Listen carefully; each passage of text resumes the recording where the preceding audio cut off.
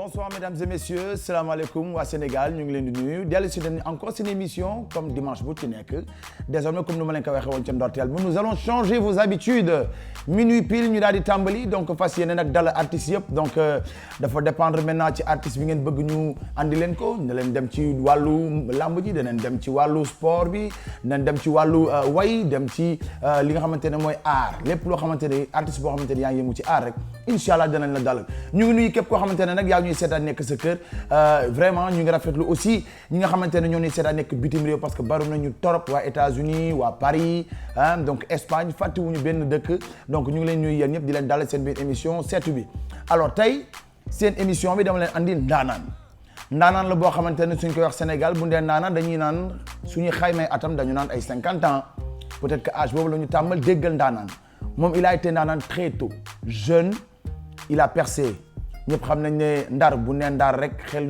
yëpp day dem ci benn artiste ah laay wax bu mu fu jugee mu ñëw Dakar il s'est imposé à travers aussi sa musique il a sillonné le monde donc ak groupe bi nga xamante ne moo doon groupe Work mu nekk ci xolu boppu sénégalais yëpp nekk aussi ci xelu boppu sénégalais yëpp kooku mooy Abdou Guité Seck danaa ñëw bu ci kanamee daal di leen wax fi mu jaar parce que jaar-jaaram buñ koy lim fi mu toll nii duñ fi jugee bari na lu mu def nit koo xamante ni que la danañ ko jéem a découvrir à travers cette émission nit la koo xamante ne sooy jéem a wax ci moom noo def am loo fàtte parce que dafa yàgg ak ñun ba noppi maas ak ñun donc kooku booy wax ci moom foog nga am loo bind loo nar a fàtte nag nga xaar mu yegg si ñu laaj ko donc noonu leen fas yéene évoluer ak moom ci biir émission bi ñu daal di koy dalal donc kii di ndaanaan bu mag nag Abdou Guité ñu ngi lay nuyu.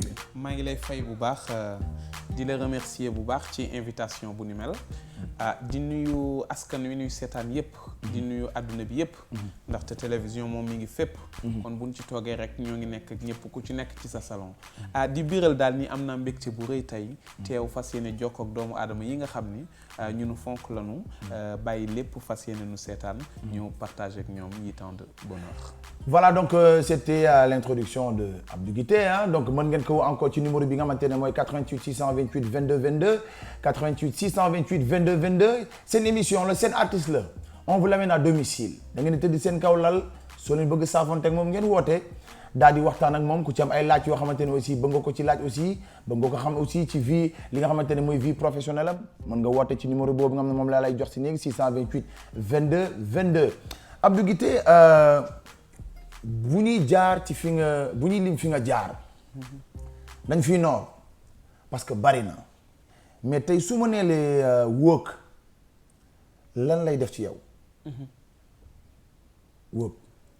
waaw ci tontu bu gàtt Work li mu def ci ñun njàng rek la ndaxte ba ma fay nekk tout tànk laa woon fukki at ak ñeent xam nga ni xamagoo dara. xamagoo lu bari ci àdduna. ma nekkoon fàkk ay nasaraan waaye tamit ñu nekkoon ci man ay mag. boobu yaa ngi doon jàng école. maa ngi doon jàng école mais ñoom aussi wax dëgg yàlla dama leen di remercier bu baax ndaxte am na lu bare lu ma jàng tamit. ci suma collaboration ak ñoom. am na lu bare lu ma jàng ci tukki yi ma def ak ñoom. ñu doonoon ñu yaatu wax dëgg yàlla aw ma lenn lu ma ci fàttaliku rek li nga xam ni ñaaw na ci sama xaleel. lu ma dund ak waa groupe Work. donc yàlla def la relation continue jusqu'à présent. Ah bon? waaw donc te actuellement. ñoo ngi nekk di monter waat yenn mbir ngir vraiment delloo si bégal askan wi ñu daan safoo. am na solo trop parce que bu ñu demee ba ràññee waykat dañ koy fekk ci endroit wala mu judd ci famille bu rëy yow nag élève nga woon. donc fukki at ak ñeent nga fa 14 ans. boobu tout tànk nga woon. école nga doon way ñu ràññee la fa wala dafa amoon fenn foo doon dem di fa way ñu ràññee la fa. mën naa ni xaw ma sax kañ laa tàmbali way ndaxte bi ma commencé ràññee ci laa gis ni way doon na lu ma neex doon na li nga xam ni saa yu ma ko dee def dana am lu mu yëkkati sama yaram lu ma yëg ci sama yaram dana yëkkati sama kawaru yaram dana yëngal samay sidit donc mu doon lu ma bëgg doonoon loisir ma booleka ak sama njàng booleka ak bépp activité bi nga xam ni moom la gone di def mais jamono di dox mu dem ba ëpp doole ci sama bépp activité boobu nag mu doon un métier nag et là on rentre dans le professionnalisme di ko exercer di ci jàng di ci def ay jéego di xuus ba yegg si fii tey. léegi nag dama lay defal benn surprise ñu daal di xool donc Patrick ñu dem woon ko bagage bi ñu dellu si waat. clip bi nga xamante ne dafa dugg ci xolu Sénégalais yi rawatina ñi nga xamante ne nag ñoo nekk bitim réew may fàttaliwaat ñu ni seetaan mën ngeen bokk ci biir émission bi ngeen woote 628 22 22 88 628 22 22 Abdou xale li muy maanaam li muy wax dafa bari. xale. Abdou dafa bëgg xale. loolu fan nga ko jëlee. est-ce que ça a été une enfance difficile. ba tax na da ngay protéger xale. wala da nga gis benn nu ñuy maltraiter xale yi ba tax aussi mu attirer sa attention mu bëgg parce que Abdou quand même quoi qu'on puisse lui dire Abdou dafa bëgg xale. te loolu moom waaw yàlla def na ko. da nga am bëgg xale ba tu as une âme d'enfant. merci infiniment merci beaucoup parce que je pense que aujourd'hui loolu tey ndam la ci doomu aadama. ndaxte gone muumin la. je pense que ku ne wax na ko. te yaakaar naa ni ëllëgu réew mi tamit. ci gone yi rek la ñu mën a miser. pour ëllëgu réew mi doon ëllëg bu nu mën a apprécier. bu nu mën a ndamoo. mais xale yi tey ñu ngi ci mbedd bi Abdou. xale yi ngi ci mbedd mi alors man su ma ko comparé wek man bi may nekkee gone. ma gis ni mbedd mi sax am na benn waxtu bi nga xam ne sañu ma woon nekk ci mbedd mi. waaw sañu ma woon sax dem foowi ci mbedd mi. donc kilifa yi nekkoon sama ginnaaw. def ci man li war. ma am ci souvenir yu extraordinaire. donc ma ni chaque enfant dafa am droit bi. waaw du chance ci gone. parce que ki nga xam ne demandé wul ñëw ci àdduna. wax dëgg yàlla. su fekkee yow ci sab sabab. ak ci sab sidit la ko yàlla jaarale ba indi ko tamit. war nga assumer li ci topp. waaw yàlla nag moo yore ñëpp mais waajur bi war nga ci sabab ba ñëpp xam ni sabab nga ci.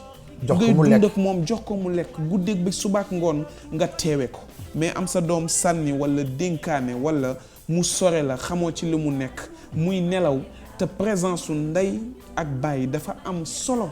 ci développement psychomoteur u xale bi. donc kon man je trouve que dafa am solo lool boo nekkee dëkk bu mel ne Sénégal dëkk bu mel ne Afrique gis xale yi des fois yenn traitement yi.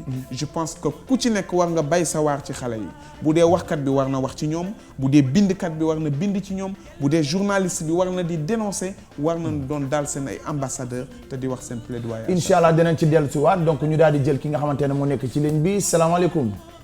maaleykum salaam. sëñ bu baax mi na nga def. alhamdulilah.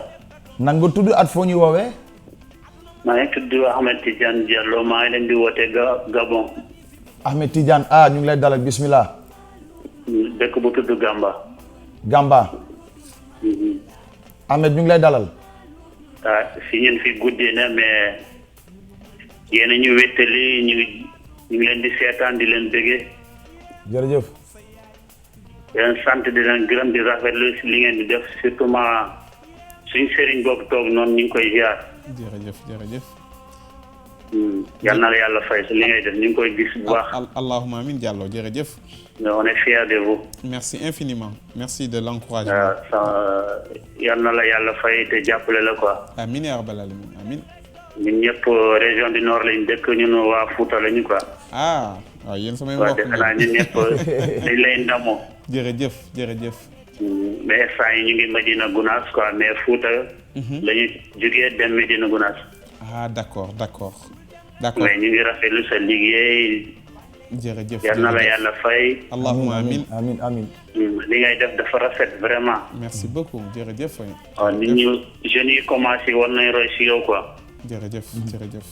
yàlla baax nit looy war a def da nga si war a xarañ quoi jàng. te muy dëgg. dafa am solo ku la gis. ni ngay waxtaanee rek xam na ne am na foo jaar. jërëjëf. waaye balaa ngay def la lépp looy def soo jàngee rek ndam ngay am quoi. te muy dëgg. ñun léegi foo demee ci international du ñu tiit da xam nañ fu ñu la mënta éviter. xam na ni foo jógee dinañ xam encore ku am xam-xam la ñuy waxal. te muy dëgg jërëjëf. mais am na ñuy jël rek dugg ci musique dañoo war a jàng dafa am solo quoi. dafa am solo. te muy dëgg. moom mooy caabi defe naa lépp lu ñuy war a ut. te muy dëgg. waaw suñu journaliste bi toog nag kooku nag suñuy mbokk la ñun tamit hip hop biñ koy déglu. souvent ñu ngi koy seetaan. ci côté boobu quoi. très bien. dëgg la. waaw di leen di gërëm di leen sant sama jabar mu ngi lay ziar sa fan sa nag Absa Ba la tudd. waaw kay Absa. Absa waaw fan su Abdou Guité la quoi. ah jërëjëf. waaw nuyu ma ko lu bari bari di la ziar moom nag dafay xaw a rus wax téléphone. mais mu ngi lay nuyu di la ziar. maa ngi koy ndamoo di ko béggee wax dëgg yàlla jërëjëf. waaw ñun ñëpp samay waa kër yëpp xam naa moom tey dinañ kontaan ndax ñoom ñëpp Abdou Guité la ñu béggee ko. eh bien alhamdulilah nedda ko bandum. nedda ko bandum loolu moom dëgg la. jërëjëf. jërëjëf Seck. voilà merci merci. mu jàppale la yéen ñëpp. jërëjëf waay. merci jaajëf waay jërëjëf. ok bonne nuit à vous. jërëjëf bonne nuit. merci. Ahmed ñu ngi lay nuyu bu baax di nuyu waa Gabon képp koo xamante ne yaa ngi yeewoo aussi muy ci sous-région bi Côte d'Ivoire bëri na fa ay fans trop parce que quoi qu'on puisse dire quand même Abdou dafa nekk artiste boo xamante ne moom laa doon wax sànq dafa maasug ñun ba noppi sut-nu ci li nga xamante ne moom mooy expérience. ci ñaari firnde laa koy sukkandiku mooy sooy xool Abdou tey musicalement. mën nañu wax ne way da nga ko foyee. ba pare nag am obligation wu jàng ko parce que loolu moo war a nga constant. tey su ma nee Abdou musique rek. déjà bi ngay dégg nii. ñu jël benn téléspectateur dellu si waat parce que nag ñoom ñoom tamit ci voilà ci émission bi la. asalaamaaleykum. maaleykum salaam. soxna si na nga def. ça va na ngeen def. ñu ngi fi sant yàlla noo tudd.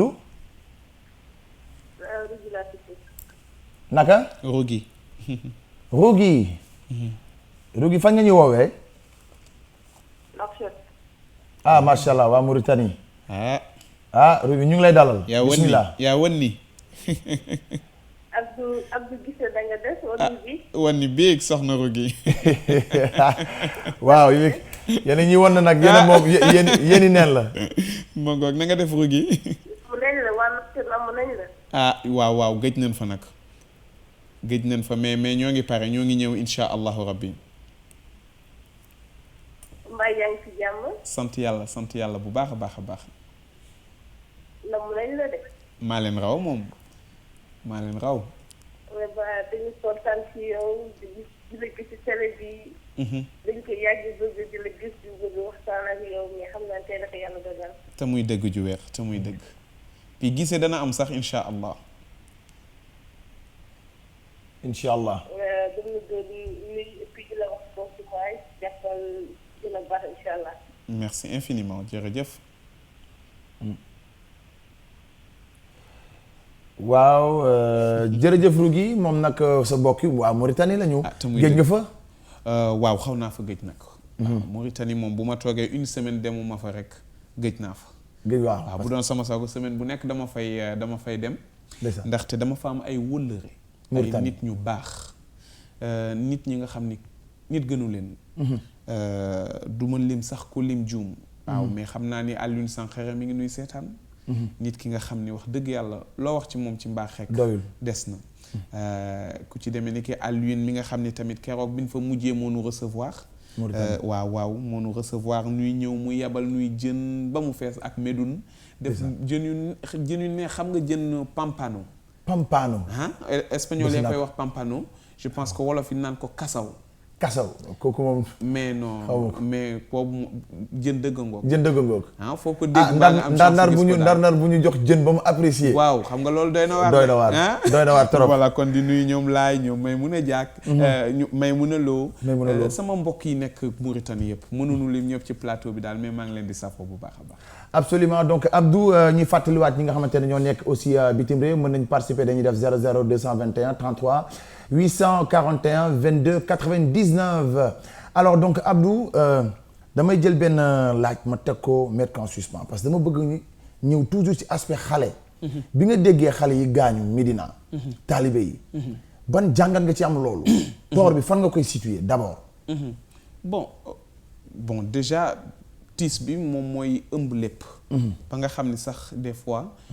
ci bés bi ci simili yooyu doo nekk di analyser. ku ci am tort ak ku ci ñàkk tort. dëgg la prudence moom dafa war ci ñun ñëpp. matukaay ca ba muy teel dafa war ci ñun ñëpp.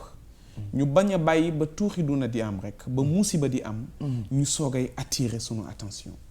ndaxte bërki dem ba bateau Joola amoon na fi ba mu weesoo gisoon nañ ni dañu jàll di jóg taxaw pour oto yi bu ñu defati surcharge ñu teg ci ay mesures yu strict mais bu loolu weesoo yaa ngi gis camions yi xale yaa ngi ci yéeg ñoo ngi ciy fees dell et cetera yaa ngi gis oto yi nit ñoo ngi koy surcharge ba tey ak yeneen i sàggante yi nga xam ni mën na indi musiba donc je pense que loolu sénégalais bu ci nekk tey am nga part de responsabilité ndaxte tabax dafa am ay normes laata nga koy def normes yooyu war na taxaw bu fekkee normes yi taxaw na tamit dafa am durée de garantie bu durée ba yegsee war nañ ko xoolaat mais muy man di samay morom tey loolu lépp dafa doon côté bi nga xam ni dañ koy xaw a sàggane moo ñu indil ay musiba yu ni mel donc xanaa rek peut-être ba yéen a mbuus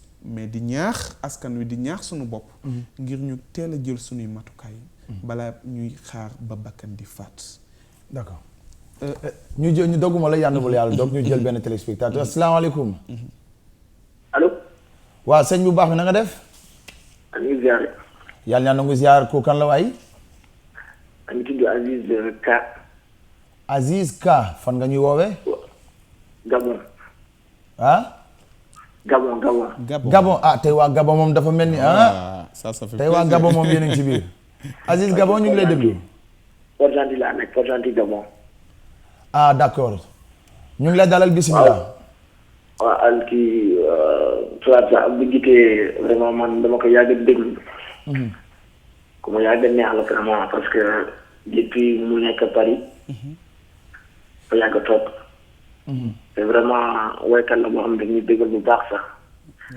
léegi woy pour ma di leen teg léegi sax moom moo gën a tax sax moo gën a wootee parce que clip boo xamante ni vraiment damay fàttali affaire yu bëri te lépp lu muy def daf ko teg ci yoon teg ko ci xam-xam teg ko ci de la vraie musique vraiment léegi dégg moom vraiment kontaan nañ bu baax ci moom bëggoon naa tamit su ma mënoon aussi jot ay contact am bis moom ñëwee Sénégal moom bëggoon naa ko gis vraiment mun a toog ak moom daal incha allah donc da li ñuy def mooy da ngay garder écoute bu raccroché donc Mansour ci kaw dana la jox numéro téléphone am donc comme ça après nga mën a jokkoo ak moom lu dëgg Aziz jërëjëf waaw kay jërëjëf Aziz moom nag mi ñuy woowee ca Gabon ñu ngi remercier aussi di nuyu ña nga xamante ne ñoo nekk ca Tampa donc muy Astou Sène Tata Dior Thiam donc ñooñu ñu ngi leen nuyu bu baax aussi Kumba Adja Khadi Aïssatou Sall donc Koura Diaw Mamiko Khadi Mané Soxna Mbacké donc ñooñu ñëpp ñu ngi leen di nuyu ca États-Unis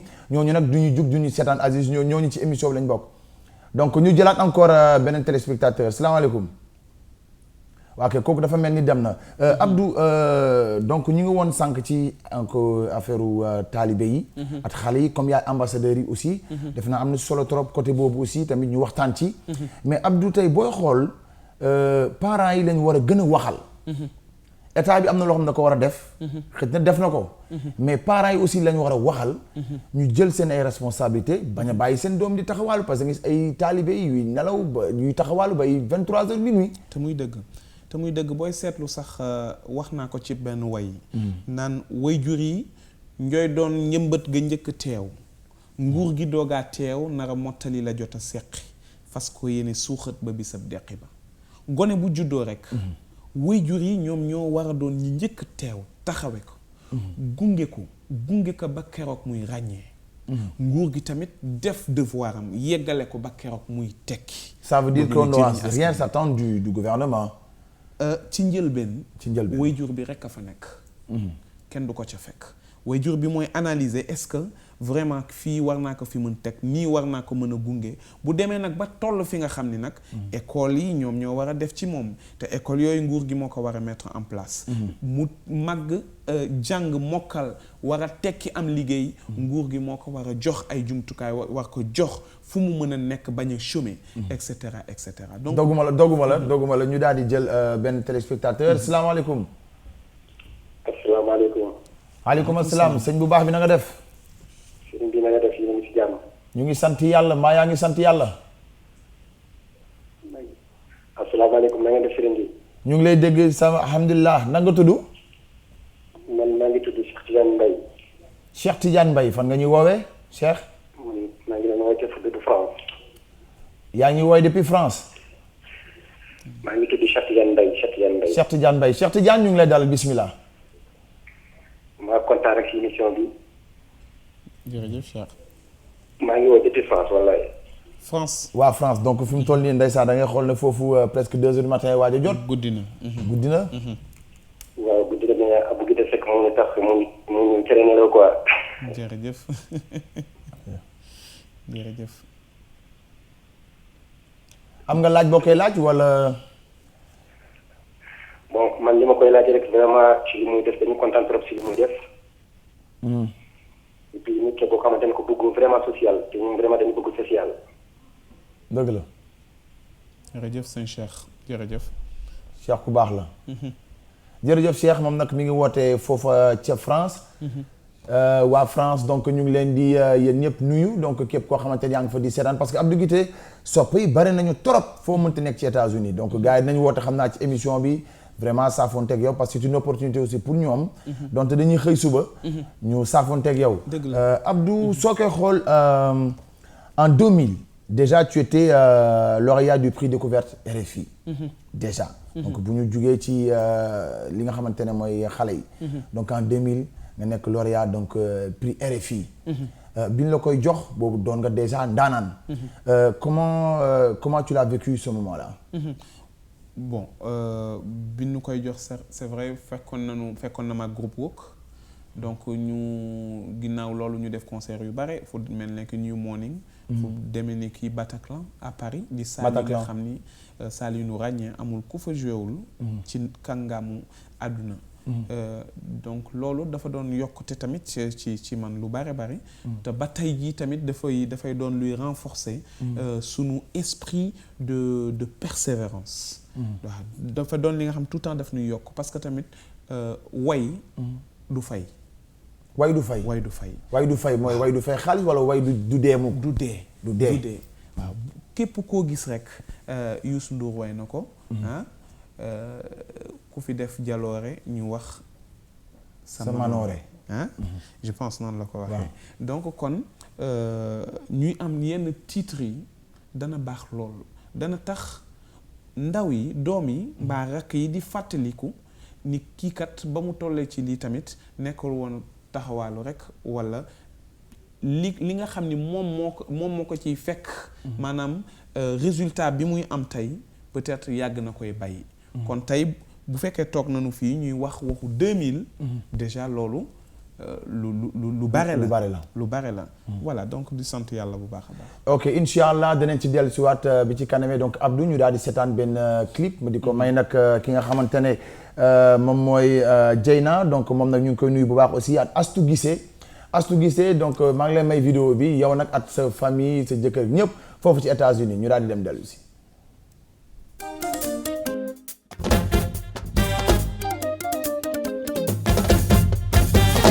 lamb ji yaa fi ne soo bëree daan fi nga jógee fi nga yegg si dëgg doo seen maas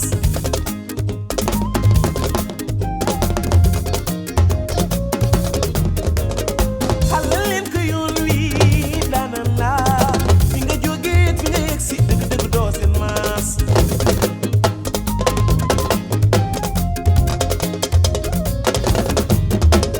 liggéey bi riiri yow doomu yaa fi liggéey bi riiri sa galañ ñi moo fi ji sa baat bi jolli na di ji ni jamba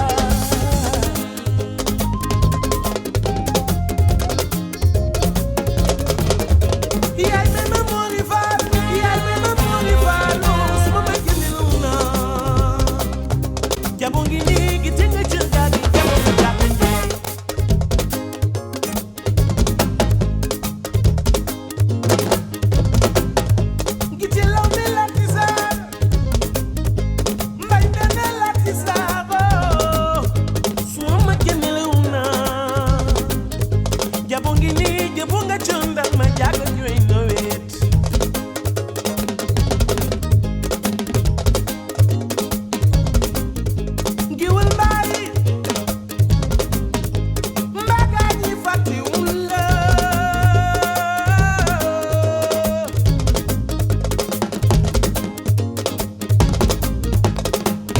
sabal defoo ko jógeew ba mu iccu delu di la gunge sa ndam la di la dara yokk sa daraja sunu bayoon sa mbalaam moom géttu nga gënoon naan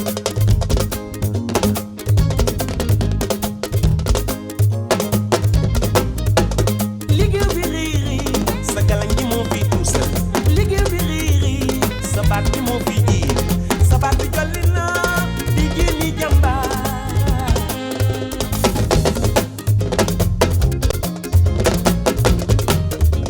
yaay may ma mooli baal yaay may ma mooli baalu su ma ma génne lu na jabo ngi nii gi jënga jënga gi jabo nga tax jiri dimba jugu ndey sa xeya nga lambaay jire nga mbey faswa nga bey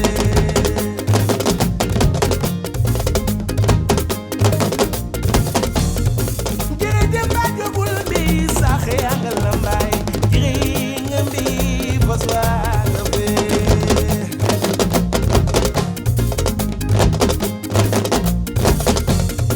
jiri dimba jugu ndey sa xeya nga lambaay jire nga mbey faswa nga bey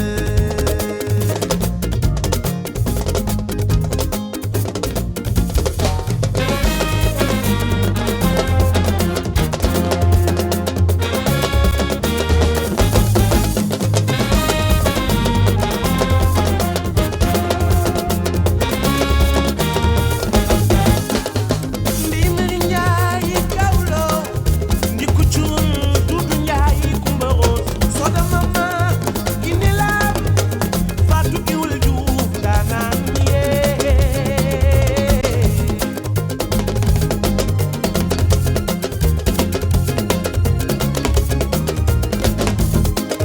jiri dimba jogul mbey saxe yaa nga lambaay jiri nga mbi fas waa nga fee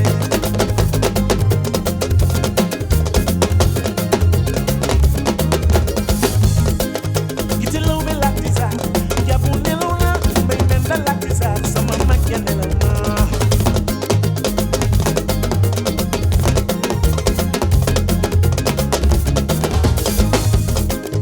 doomi géwal jàngi cosaan ngi xam sa wuyu maam ya géwaloo ñaawloo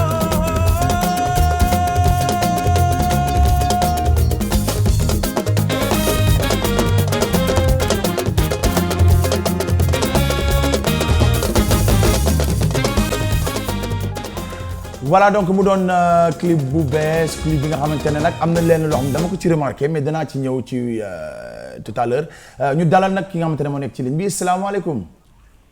waaleykum salaam sëñ bi naa def. maa ngi fi sant yàlla soxna si noo tudd. man Rama laa tudd Rama Yenu. Rama fan nga ñuy woowee. Strasbourg laa leen di woowee.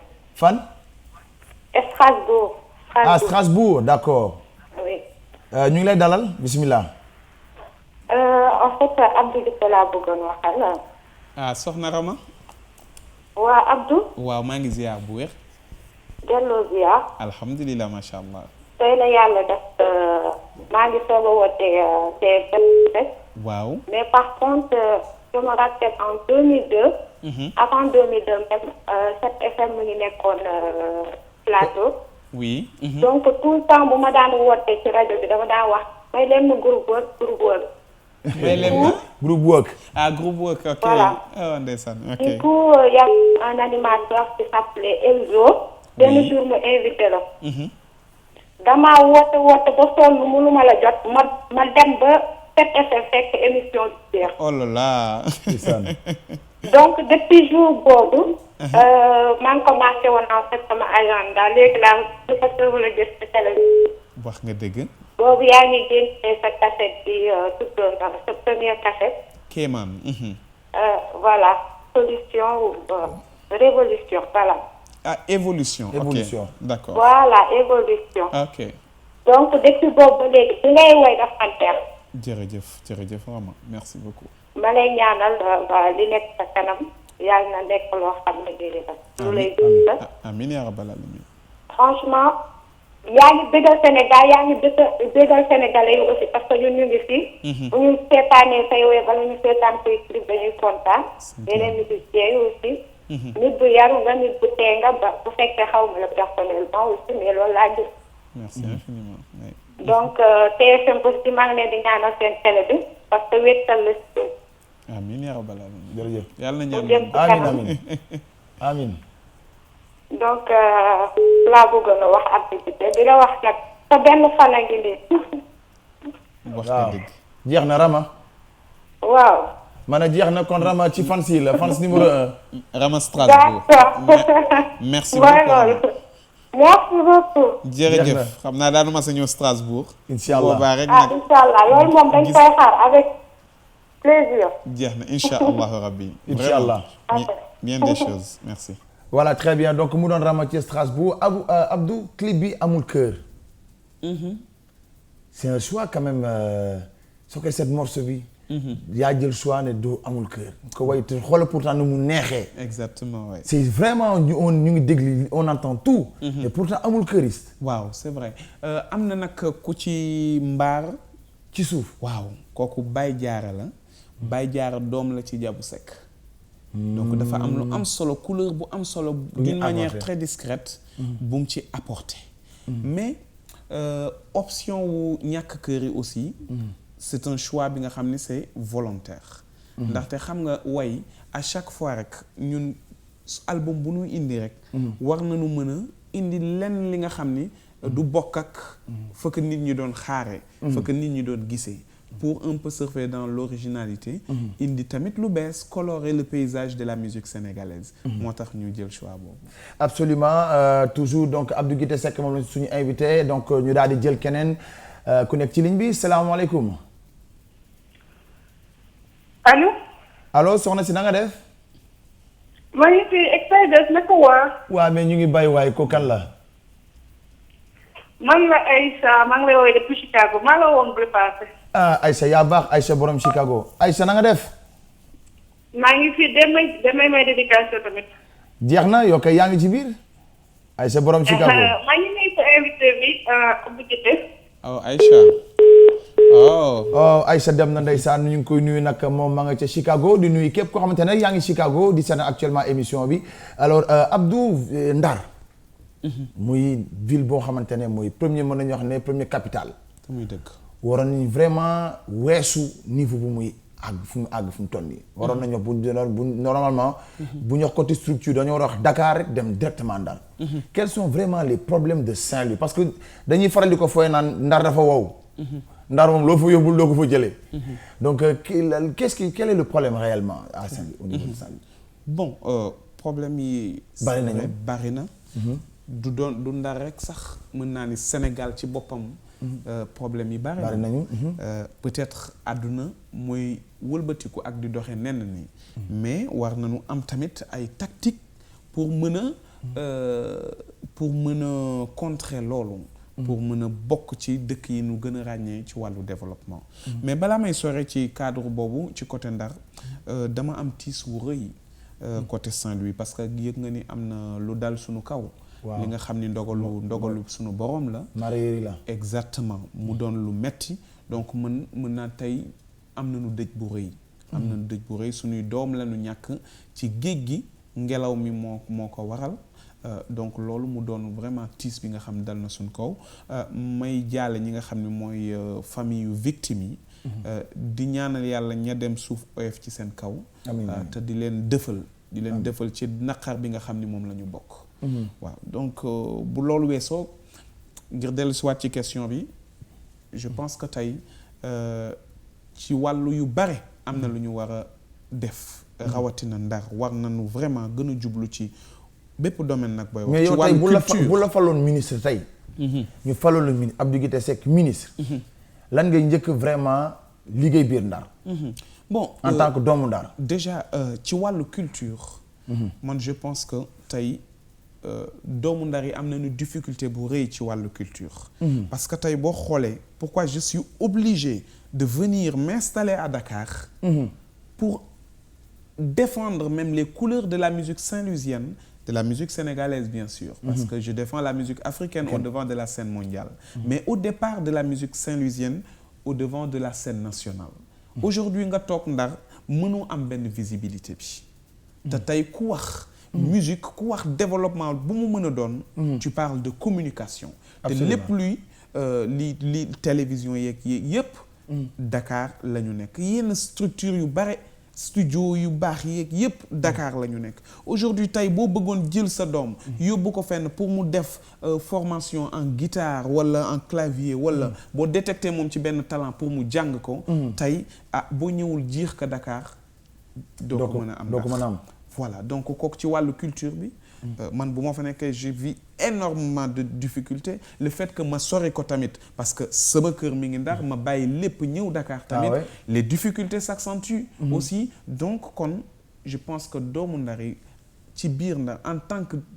ñu bokk ci dëkk bi nga xam ni c'est la porte de la culture absolument porte du savoir parce que foofu la alxuraan jaar donc nit ñu màgg ñëpp am ñu ngi may signaler am na kenn ku nekk ci ligne bi dinañ ci dellu si asalaamaaleykum allo waaw kooku kan la allo waa sëñ bi na nga def aleykum salaam ça va na nga def ça va alhamdulilah nan nga tudd at fa nga ñuy woowee macha allah maa ngi sant yàlla maa ngi wootee Mauritanie waaw tur bi naka la waaw Makhtar Keita di indi man maay artiste bu woote woon émission Fata bi Matar ñu ngi lay dalal Matar waaw maa ngi leen di déggee bu baax jërëjëf xam nga rab bi ak mbalax bi yëpp reggae bi ragal bi yëpp ñoo bokk ndey bokk baay c'est la famille dëgg la donc ay rappeurs la ñu ne bi ñuy déggee lépp musique bi yëpp la ñuy déggee daal dans l'ensemble absolument donc surtout ku mel na Abdou Dité Seck bu toogee ci émission bi man nax membre de Transmike war naa ko woo parce que en 2004 ou 2005 ñëwoon na fii Rosso Mauritanie si maison de jeunes bi parce que moo ko indi woon borom salon de coiffure man sama groupe moo joué première partie wax nga dëgg ma jël ak moom ay photo ba tey ku seetaan samay photo gis ci Abdou Dité Seck ndeysaan donc mooy ku seetaan rappeur gis ci mbalaxmaan ku seetaan mbalaxmaan gis ci rappeur rajo bi ak yëpp amul xiiroo amul ngaye ñoo bokk ndey bokk bàyyi absolument donc message bi may lancé mooy mbalaxmaan yi ñuy conseillé seen fan yi pour ñuy respecté yi rappeur yi ñuy conseillé seen fan yi pour ñuy respecté mbalaxmaan parce que musique bi c'est une famille ñoo bokk ndey bokk bàyyi xiiroo ngaye aussi jaru ko ci donc ñaanal Abdou Dité moom tamit donc fi mu bëgg yegg yàlla na ko fa yàlla yeggal amiin amiin amiin affaire bi du nekk hardcore wala nekk underground wala hardcore lu muy xaat musique la rek dëgg la mbalax tamit lu muy mbalax musique la rek waaw donc maa ngi ñaanal Abdou Dité Seck yàlla na ko yàlla jàppale ci carrière am fi mu bëgg yegg yàlla na ko fa yàlla yeggal je suis un Mauritanien plus particulièrement en Rosso Soir jërëjëf Matar amiin jërëjëf Matar et je souhaite une bonne chance pour tous les artistes africains. Merci beaucoup. Amiin. À vous aussi. ok Abdou maa ngi lay déggee bu baax. jërëjëf Makhtar jërëjëf yal na yàlla leeral suñu yoon ñun ñëpp wax dëgg yàlla merci beaucoup. jërëjëf xam naa après naa jël sa numéro comme ça dinaa la woo en direct. d'accord y a pas de problème d'accord merci. Inch'Allah. Merci. jërëjëf Makhtar ñu ngi lay remercier moom nag mi ngi wootee foofu ca Mauritanie ñu ngi nuyu képp ku fa nekk aussi waxtu wi guddi na c'est vrai mais on va changer les habitudes avec les artistes donc sénégalais yi fi nekk alors donc Abdou Dité su ma xoolee yow rek artiste bu nar a porté Ndar c'est lourd mais où sont les ressortissants de Saint-Louis ça c'est quand même man quand on parle bu neexee Ndar rek Abdou Dité la dëgg la te vraiment te gis nañ ne li ngay organiser Dakar gis nañ ne yaa ngi def lépp pour teg ko Ndar tu organises jéem a jëlee ay artistes yóbbu Ndar tout mais où est le reste waaw doy na waar c'est très difficile vraiment franchement j'avoue que quand même je manque de soutien sur ce plan franchement du ma nag xarab nag samay frères parce que xam naa ni yéene bi benn la donc duma tamit duma ni vraiment gisuma kenn parce que tamit ku mel ne Racine Sy wax dëgg yàlla bëggul sama bët taa benn yoon moom c'est un ressortissant de waa Ndar la. waaw exactement. mais tamit dinaa remercier ci occasion ki nga xam ni moom mooy Malick Gakou. Malick Gakou waaw Malick Gakou xaritu Kouthia dëgg yàlla. waaw xaritu Kouthia Malick moom franchement masuma gis nit ku mel noonu ci mbaax ak ci tabe ak bëgg vraiment jàpp ci yëf yi. mais xam nga tey musique bi li ñuy def c'est une industrie. dafa diis. te bari na ñi nga xam ne ñoo ngi ci ginnaaw Abdou Guité. au moins il y a 40 personnes voire plus yi nga xam ni ci yëngu Abdou Guité ci la ñu yaakaar pour vraiment justifier seen raison d'être. te gëm lool seen liggéey gëm seen bopp. doon ay soutien de famille. kon tey ñu am le devoir de satisfaire demande boobu. industrie la ñu yore. war ko jox cër. mais nag benn lam du yëngu te ndaw la nu soog a door. kon soxla naa samay mag jàpp ci et ça merci beaucoup nga laal point boobu. parce que je leur fais appel encore. C'est le moment ou jamais. Absolument, parce que quand même on va vers la saison des pluies encore hein. Oui. Donc inondation yi dégg nañu baatu ndar-ndar yi l'année dernière ñu yuuxu vraiment sonn nañ ci ndox bi tout ça. te muy dëgg. ah est-ce que vraiment il y a une politique derrière pour que ñu ñëw dimbali leen waa Guet Ndar ah. Donc les difficultés yi ñuy am. at ndox mi yéeg yooyu yëpp est-ce que actuellement gis nga ne yow yi am na amélioration bi ñu koy kaas ba léegi. bon géej gi nag mi ngi gën di wane boppam loolu je pense que lu nu jëloon ci matukaay rek war nañ ko mën a doubler mbaa ñu tripler ko. parce que vraiment zone à risque la xam nga. te Ndar patrimoine bi nga xam ni la war nañ ko préserver bu baax a baax. bon ci biir loolu ñun ñoo ngi ci bay sunu waar bu baax a baax damay dugg ci benn ci ñi nga xam ni. ñoom laa nekkal actuellement. di liggéey pour tamit apporter ñun tamit suñu contribution du caa gën ni dañu war a dimbali rek bu ñu jotee fii war nañu ko bokk ak ñi nga xam ni ñoo yaakaar ci ñun. donc actuellement maa ngi pare benn soirée caritative. bi nga xam ni le 6 avril laa koy amal à Sorano.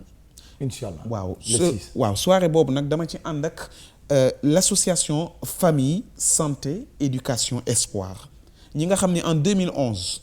dañu dem Daara. xale bu ci nekk ñu jox la cartable def ci fourniture bi école di ubbi. ci école yi plus de 845 élèves. 845 élèves ubbi fa 3 bibliothèques mi ngi ñu installé à Daara.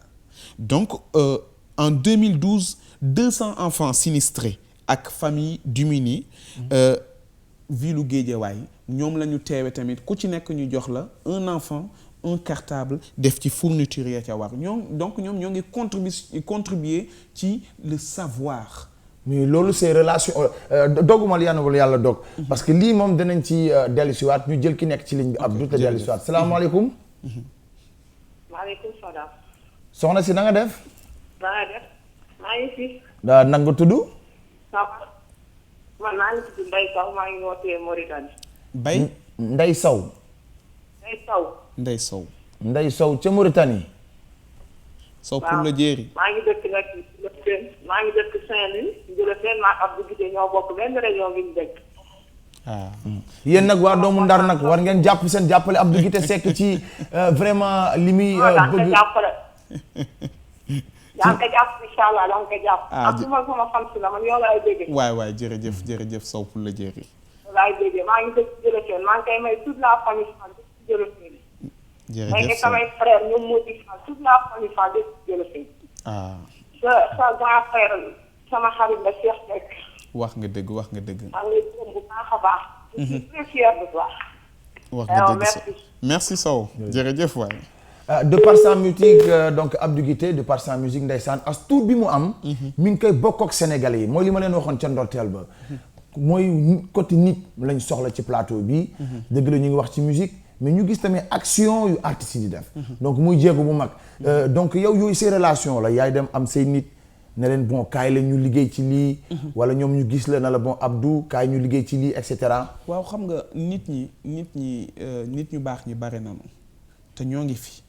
am na ñi nga xam ni tout le temps ñoo ngi bëgg def ay action mais peut-être du ñu xam ci fan lañ koy diriger. donc bu ñu gisee ki nga xam ni vraiment c'est un ambassadeur di. yëngu ci wàllu woowu. bu nu vérifier xool ni lii kat wax dëgg yàlla kii li muy def dëgg la. ñu saytu ko je pense que du ñu hésiter. te ñun aussi wax nga dëgg comme ni nga ko waxee ak Guité Club bi. ñoo ngi ciy bëgg a yàgg. chaque année ñoo ngi ciy bay suñu waar maye nañ fi deret Kër Massar Guité Club yëpp ñun ñëpp ku nekk maye sa deret pour sauver sa prochain dem nañ fi pouponnière de Mbour am nañu ay actions yu ñu fa def ma génne ci sama poche bopp ñoom tamit ñu génne ku ci nekk la nga am ñu dajale ba mu xaw a consistant ñu dem Mbour dem joxe suñu participation ci xale yi nekk Mbour dem nañ fi aussi école Andy School def naa 2 concerts à Bruxelles jël bénéfice yi ñëw faye ko des professeurs pour ñu def formation en braille pour dimbali xale yi nga xam ni ñoo gisul pour ñu mën leen former en écriture braille donc ak yeneen i action peut-être mënuñu lim yëpp mais tey bi teew bi nga xam ni ci la ñu jublu ni damay tamit nuyu waa Chartres parce que tey yónnee nañ ma ay dons yi mi ngi kër ga keroog je pense ça fait juste ay 4 jours Guité Club bi yëpp dañu ñëwoon ñu trier dons yi bu ci nekk ñu def ko ci sachet fas yéene ko yegge ñi nga xam ni mooy ñi ko soxla incha allah danañ ci dellu si bi ci kanamee ñu jël kenn ku nekk ci ligne bi asalaamaaleykum maaleykum salaam. soxna su baax si na nga def maa ngi fi na ngeen def. ça va alhamdulilah na nga tudd man maa ngi tudd Fili Louise Mendy. naka. maa ngi tudd Fili. ok Fili Mendy ah. waaw. Fili ñu ngi lay dalal bismillah. maa ngi nuyu Abdou Guité maa ngi nuyu waa Grand Yoff kontaan naa ci télé bi. kontaan nañu ci yow maa tamit ngi nuyu bépp famille Préra. waaw. et famille Sarr. man maa ngi Paris. ok. maa ngi suivre émission yi franchement kontaan naa lu mu bëgg yàlla na ko yàlla may. jërëjëf Fili. yàlla na ko yàlla may avancement gis naa muy def ci éducation ci lépp daal. jërëjëf yàlla na ko Fili. yàlla may gudd fan. merci amiin infiniment amiin Fili. amiin. man nag clip lamb bi neex na ma trop maa ngi koy may bépp famille Préra ak bépp famille Sarr. jërëjëf Fili Fili damay jaare ci yow di remercier te di nuyu l'église catholique parce que ñoom tamit doon nañu ñi nga xam ni ay royukaay lañu ci fànn boobu. man ba ma gone ba tey ci dëkk bi ma yaroo di Saint-Louis dama daan gis Caritas gis fi ñuy faje xale yi nu mu tudd kii waay kër sœur yi kër sœur lañ koy wax nekk booy wàcc pont bi rek donc ñuy def ay actions yu extraordinaires à l'égard de toute la population sénégalaise donc kon maa ngi nuyu bu baax a baax l'église catholique te di leen saluer allo Fili. waaw Fili. waaw léegi nag dañuy seetaan benn clip Abdou parce que dafa am benn waykat bu ndaanaan bi ci nekk. koo xamante ne après ndeysaan danaa bëgg foog ñu wax foog nga wax ñu tuuti. seen relation yéen ñaar. incha allah ñu dem dellu si. merci.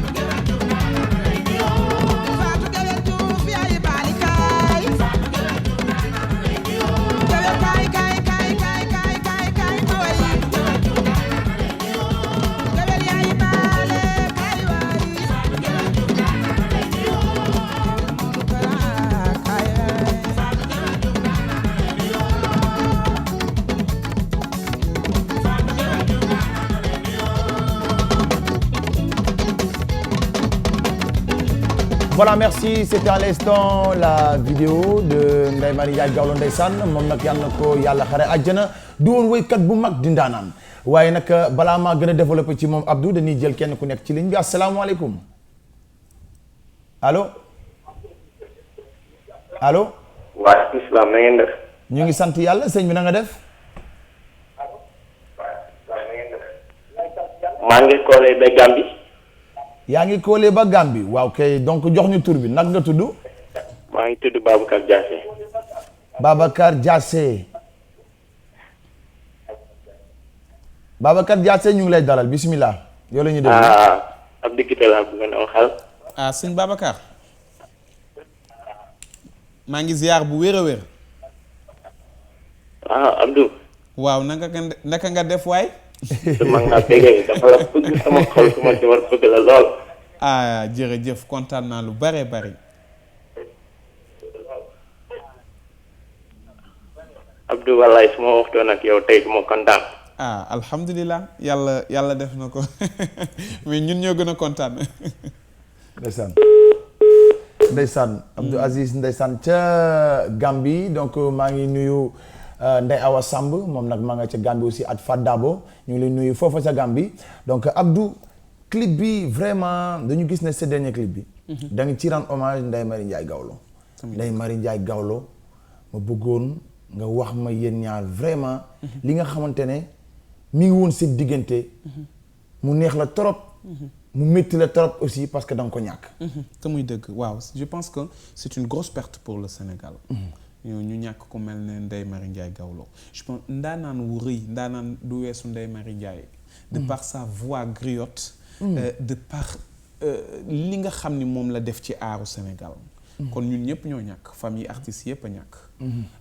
yàlla def na nag bi muy dund wax dëgg yàlla. daje nañu ñaar ba ñett. te wax dëgg yàlla li ma mën a seede ci moom. kanam gu ubbeeku yaatu te xamal ma tamit cofeel gi mu am ci man donc moo tax bi mu demee ça m'a vraiment fait vibrer léegi bi may woy nag woy bu mel ne làmb ji di ci sargal géwël gi di ci njëkkee Jabu Seck la Saint-Louisienne ndaxte moom kooku dafa woy xalam woy na kora woy na balafon mais ba ma weesoo Jabu Seck nag dama delloo si nag indi ndaanaan yi nga xam ne ñoo nekkoon ca tànk woowa ku demee ni ki Ndeye Marie Ndiaye Gawlo waaye tamit indi tamit ndaanaan yi nga xam ni ñoom ñoo fi ne tey di représenter la musique sénégalaise ku ci demee ni ki Fatou Guewel mi ngi ci te Fatou Guewel moom invité naa ko ci soirée bi nga xam ni moom mooy bi may amal Sorano le 6 avril dana fa teew insha allahu rabbi di nit ku oyof ku ubbeeku waroon na ñëw teewe clip bi mais jaam ak bëgg-bëggam yàlla ak dogalam sama yaay ki ne laam aussi kazalika noonu la tëddee voilà donc daal ci gàttal Ndeye Marie Ndiaye doon na ki nga xam ne wax dëgg yàlla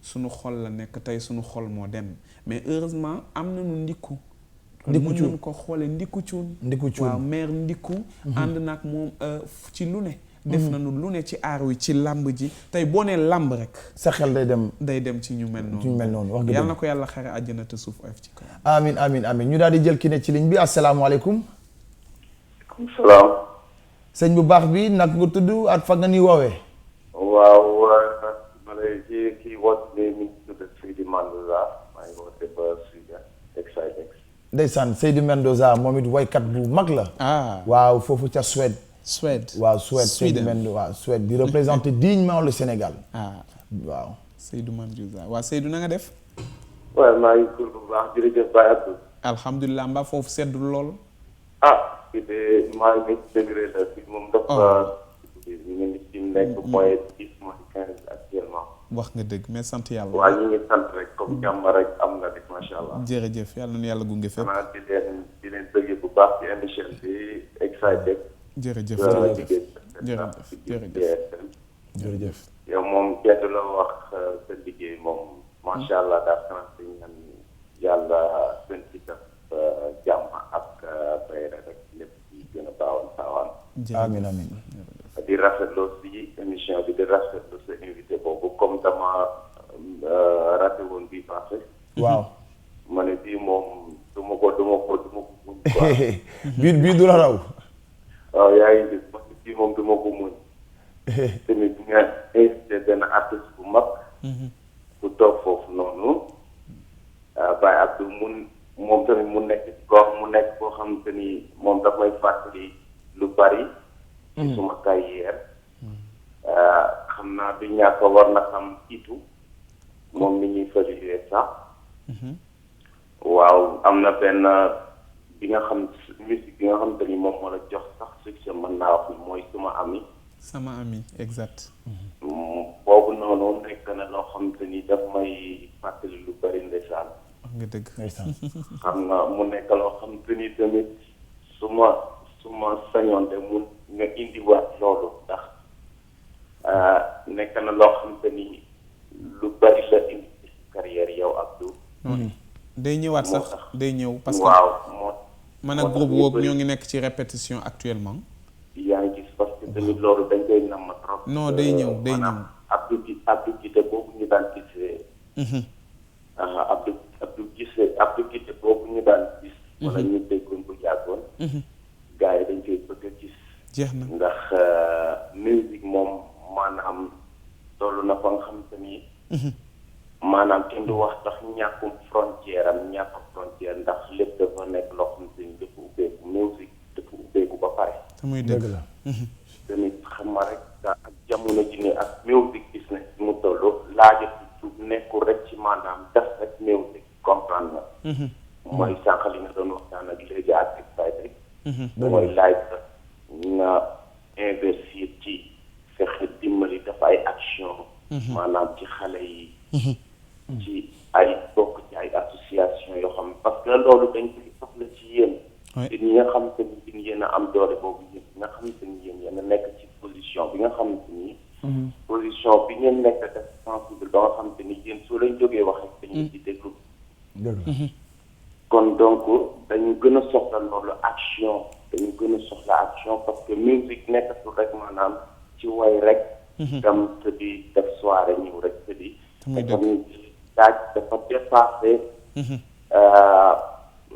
way rek dafa dugg ci action dafa dugg ci entertain te lépp loo xam te ni artiste mi ngi koy def rek dafay laaj entertain xam nga li ma la wax ndax dund nga Europe nekkul nga Europe lu bari te muy dëgg so ba ñu nekk nii lépp lu ñuy def rek boole foog ñu génn suñu équipe wane tamit ñun ñu jege wane lan ñu moom ndax boo émission bi ma déglu la ak Fata excited ak Fata like ni ngeen doon wax ci dépassement musique mooy ci évolution bu ñàkk yi comme par exemple les Nigérians les Ougandais la ñoom seen musique dafa dépassé léegi def ni mu dépassé ci Europe bi dafa doy waa donc loolu dafa jaaxal ñoom ak léegi actuellement musique place ci boppam musique nit ku ñuul nit ku weex ci daf ko soxla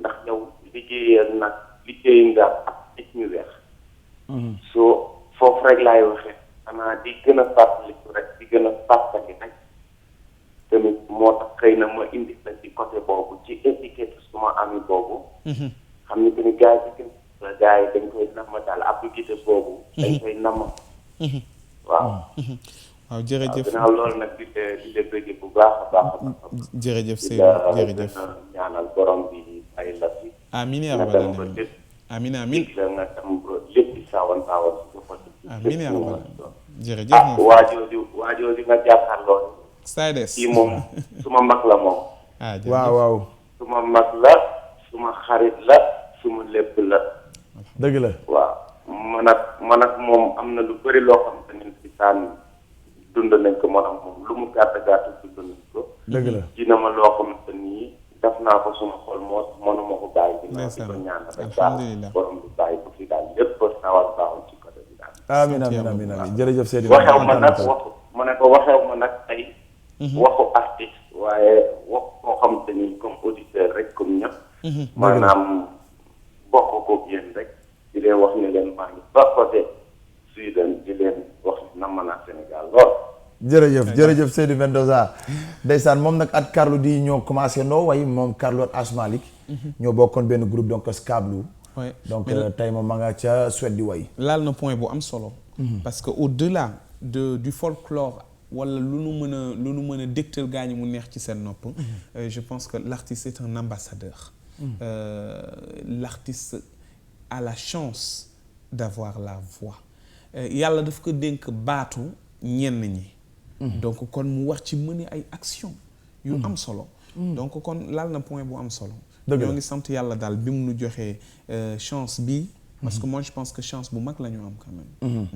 Alors donc Abdou Guité en 2009 tu as représenté le Sénégal au FESPAM. Alors du moment boobu ñu lay choisir on va dire que album génnuloon ci diggante boobu.